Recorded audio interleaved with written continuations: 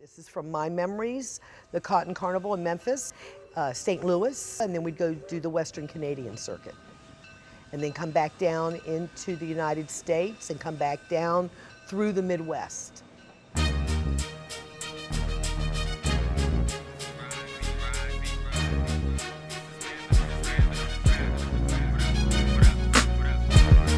We in this for the long ride, gonna be in this a long time. All haters, please step aside. My positive vibes, you wanna ride? And in this for the long ride, gonna be in this a long time. All haters, please step aside. My positive vibes. Tell me how you want this verbal. Portability was the key word for carnivals, always has been.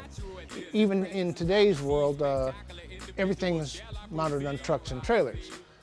In the early days, they moved by railroad.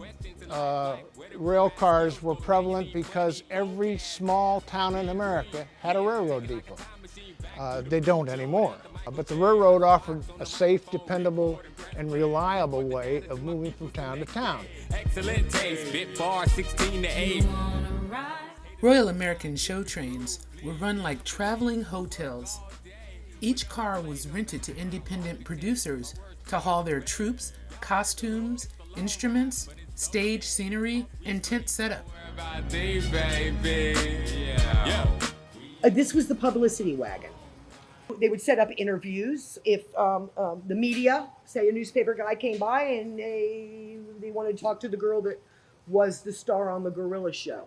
They would set that up. They would also go ahead of the show sometimes and do a little advance work, do interviews, sometimes by radio, sometimes by TV. They kept publicity photos in here. A lot of shots were done for the following season would be taken in the spring. This wagon wasn't so much, the train coming into town was a big deal. A lot of people came down to watch the train come in with all the wagons on them. The colors, the paint job, the brightness of the whole spectacle, the colored wheels. Entertainment's coming to town. Your boring Friday night is now changed. To stay in line with segregation laws requiring separate cars or coaches for the travel and transportation of white and colored passengers, Car 66 belonged to Claxton. Tell us about Car 66. Car 66, that was home for all the black entertainers. Leon's actually bought that car.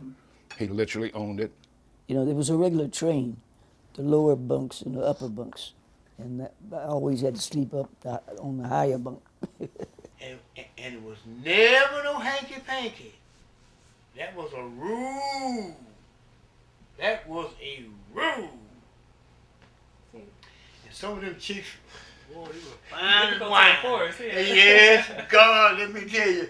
But we always respected the rules and the regulation, and we respected each other. This is fun. You said you remember having your own berth on the train? Yeah, had a bunk bed up on top. Actually, when I was with Mom, I didn't. I was still really little. I couldn't have got up there if I wanted to. But when I went back in 1958, I had my own berth every time I went. Do you remember before 58 traveling on the train? Pretty much. I remember sketches. The one that stands out the most was the time the train had a wreck and was in her bunk. She wasn't in the bunk that day. I don't know where she was on the train, but when it hit, I was looking out the window and the window came down, hit me on the head. The last thing I remember was being in a hospital. I believe we were in Canada, but I couldn't tell you the details. You remember that? I don't think anybody was seriously hurt, but it was a sudden stop thingy and people were thrown around. Something hit the train, didn't it? Yeah, they ran into another train. How old were you?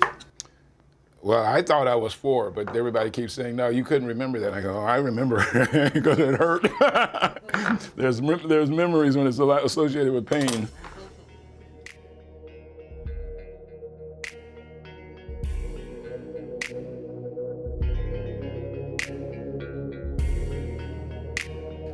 I always felt as a child, as a little kid, and right up into high school, there was something wrong though, because there was never any love between Mom and Leon, and I never could figure what the thing was. He was a tyrant in terms of how he raised his kids. He was heavy-handed in how he dealt with women in general. He was very much a chauvinist. But why there was such a personal thing going on between the two, I have no idea. Leon thought I was going with the band leader. Thought he was getting in my bed. Anyway, but he was wrong. And I don't know what happened.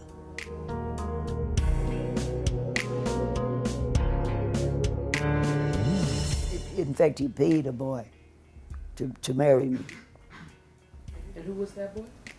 Cunningham. Did you know Cunningham?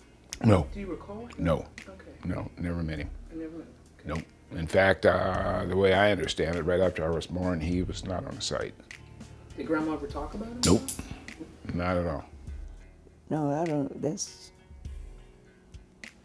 been so long. I don't remember all the details of it. Do you remember that Claxton and your sister Gwen, they wanted to buy him from you? They wanted him. Oh yeah, they did. No way, I wasn't selling my son to nobody. No way. So you felt a lot of animosity. Well, yeah. I mean, even though she worked on the show, she never, they didn't socialize afterwards. I mean, this is brother-in-law, sister-in-law type of thing, family. There was no socialization there. And when she moved back to Florida, and she actually worked over at the motel. You know, she actually went over and worked almost on a daily basis, and she never spoke to him while he was alive.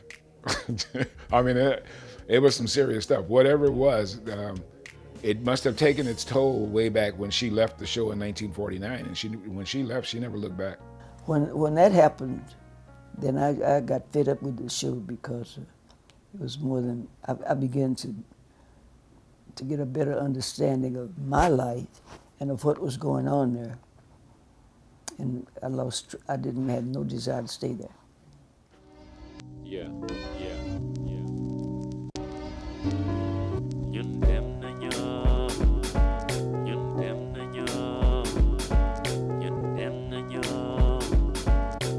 Sorry, Nanyulal.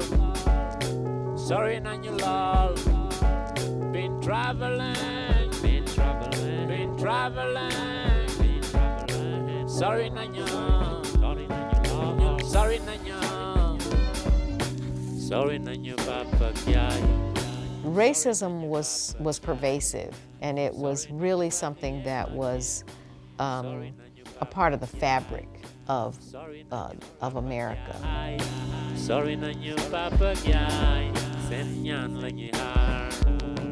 Senyan lanyi har. I think maybe up until the 1950s, everybody in America was a racist because everybody subscribed to that Jim Crow mentality.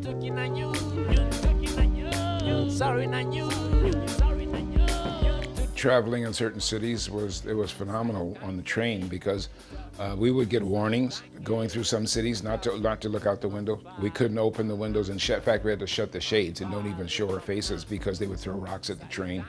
And this was almost all of the runs that were down below what we call the Cotton Curtain today. So anything below Virginia, you know, that area was a problem. And I think that's why with Harlem and Havana, with the black entertainers, and myself included, we enjoyed so much going to Canada because once we crossed that border, it was like crossing into a whole other world. Been traveling all around the world, all around the world, all around the world. Been traveling, we crossed the ocean in the mountain of Zion. Only Lord Almighty, by the name of Lord Jah Mighty, Almighty. We won't be afraid because we are soldiers.